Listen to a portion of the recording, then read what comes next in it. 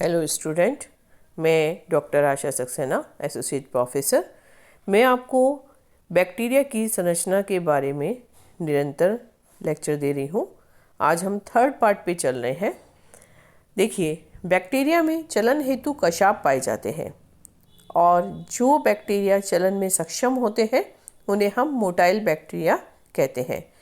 Flagella के 3 part होते हैं, फिलामेंट, हुक और बेसल बॉडी। फिलामेंट जो है वो कई प्रोटीन के समानांतर रेशों से बना होता है, 4 से 5 माइक्रोन लंबा और एंटीजेनिक प्रकृति का होता है। इस फिलामेंट की यदि आप रासायनिक संरचना देखें तो ये 8 फ्लैजिलिन अणुओं से रचित होता है। फिलामेंट को मुख्य बॉडी से जोड़ने का कार्य हुक करते हैं और हुक बेसल बॉडी से जुड़ा होता है। बेसल बॉडी में रिंग के 2 समूह पाए जाते हैं, अर्थात 8 रिंग्स पाई जाती हैं। 4 रिंग एक समूह में होती हैं तो टोटल 8 रिंग पाई जाती हैं। इनका नामकरण भी इसी आधार पर है जिस पोजीशन पे पाई जाती है। एम रिंग जो कि प्लाज्मा मेम्ब्रेन में धसी होती है, सुपर मेम्ब्रेन रिंग जो कि पेरीप्लाज्मिक स्पेस में पाई जाती है, पेप्टिडोग्लाइकेन रिंग जो कि पेप्टिडोग्लाइकेन से संलग्न होती है और लिपोपॉलीसैकेराइड रिंग जो कि लिपोपॉलीसैकेराइड जो सेल वॉल का मुख्य भाग होता है उससे संलग्न रहती है। फ्लैजिला सेल के अंदर विभिन्न रूप से अरेंज रहती है। यदि फ्लैजिला शरीर बैक्टीरिया की कोशिका पे नहीं पाई जाती है, अनुपस्थित है, तो उसको हम एट्राइकस कहते हैं, जिनमें बिल्कुल भी फ्लैजिला अनुपस्थित होते हैं। मोनोट्राइकस जहाँ पर सिरे पर एक कशाभिका पाई जाती है।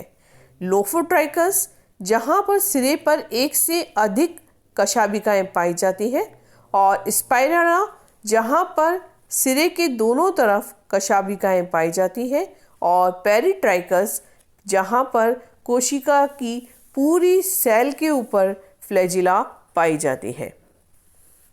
ये आगे इसी लाइन में हम पढ़ेंगे कि फ्लैजिला किस तरीके से वर्गीकृत है और एग्जाम्पल्स के साथ दिया हुआ है कि जैसे एट्राइकस का एग्जाम्पल है आपके डिफ्थीरिया बेसिलाई। कशाभिकाओं में यदि ये पोलर मोनोट्राइकस है तो विब्रियो कॉलेरा, बाइपोलर है यानी कि जब दोनों तरफ है और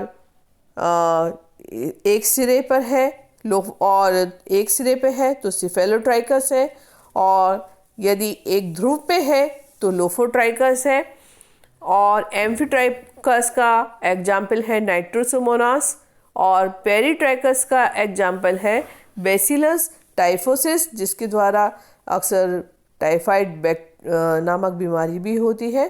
तो पेरिट्राइकस जिसमें देह पर समान रूप से पूरी बॉडी पे ही, पूरी सेल पे ही फ्लैजिला पाए जाते हैं। तो ये अरेंजमेंट फ्लैजिला का सेल के ऊपर पाया जाता है। आप जानना चाहेंगे कि फ्लैजिला का जो अरेंजमेंट होता है उस आधार से भी हम बैक्टीरिया को पहचान सकते हैं।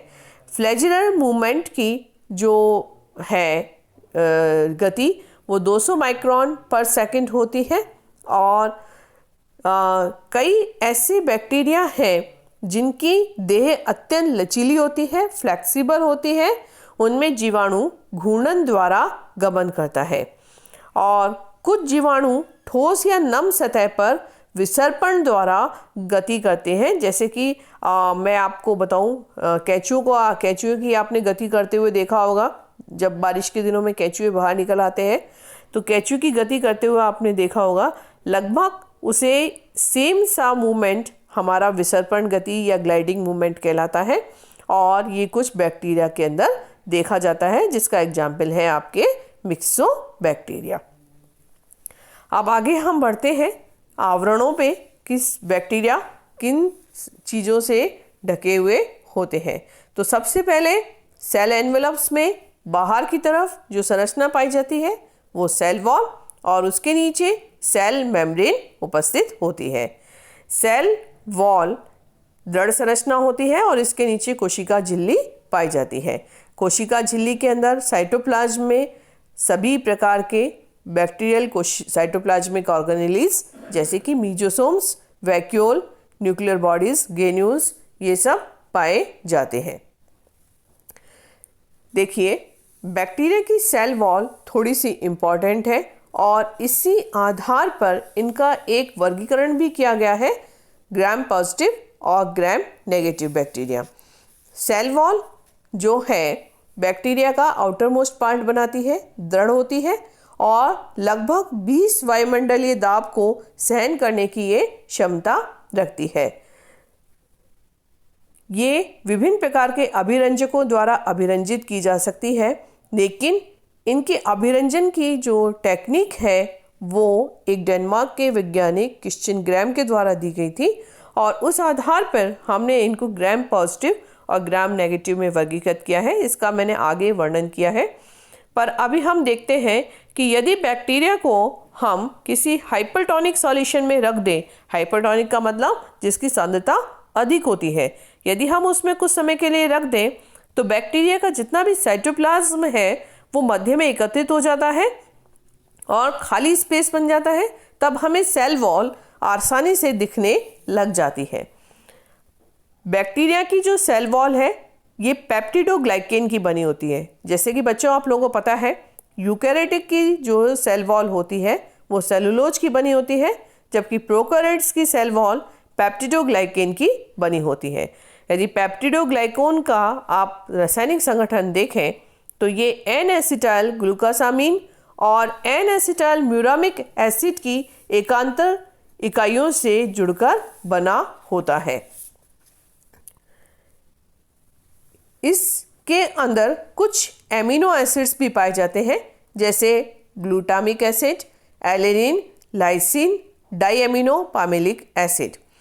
पेप्टिडोग्लाइकेन में एन एसिटाइल ग्लूकोसामीन आप डायग्राम में देख रहे हैं।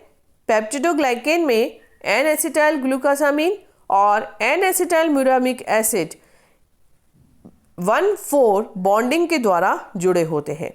ये बॉन्ड अत्यधिक मजबूत होते हैं और इसकी वजह से सेल वॉल का स्ट्रक्चर हमेशा दृढ़ बना रहता है। और विभिन्न जातियों में ये जो क्रॉस बंधुता है ये अलग प्रकार की होती है। तो अगर हम सेल वॉल का स्टडी करें तो बैक्टीरिया की विभिन्न स्पीसीज को पहचानने में सक्षम हो पाते हैं। जैसा भी मैंने आपको बताया बच्चों, क्रिश्चियन ग्राम ने एक टेक्निक दी थी जिस आधार पे हम बैक्टीरिया को पहचान सकते हैं और इस तरीके से बैक्टीरिया को दो में बांट दिया, ग्राम पॉजिटिव और ग्राम नेगेटिव। इसके लिए देखिए हमें दो अभिरंजकों की ज़रूरत है, क्रिस्टल वायलेट डाई और आयोडीन। तो क्या करेंगे, सबसे पहले हम बैक्टीरिया का एक थिन सीमर, पतला सा सीमर लेंगे, उसको स्लाइड पे हल्की सी एक फिल्म बनाएंगे और स्पिरिट लैंप पे या हल्का सा गर्म करके स्लाइड को सुखा देंगे और उस पर क्रिस्टल वायलेट डाई की कुछ बूंदें हम डाल देंगे। तत्पश्चात कुछ सेकंड्स के पश्चात, सूखने के पश्चात इसको हम जल से धोएंगे। जब ये पूर्ण तरह से जल से धुल जाएगी और सूख जाएगी तो उसके बाद हम इसमें आयोडीन सॉल्यूशन की कुछ बूंदें डालेंगे। पुनः यही प्रक्रिया करेंगे, स्लाइड को सुखाएंगे और उसके बाद जल से धोएंगे और उसके पश्चात 90% हम इथाइल अल्कोहल से इसको धोएंगे।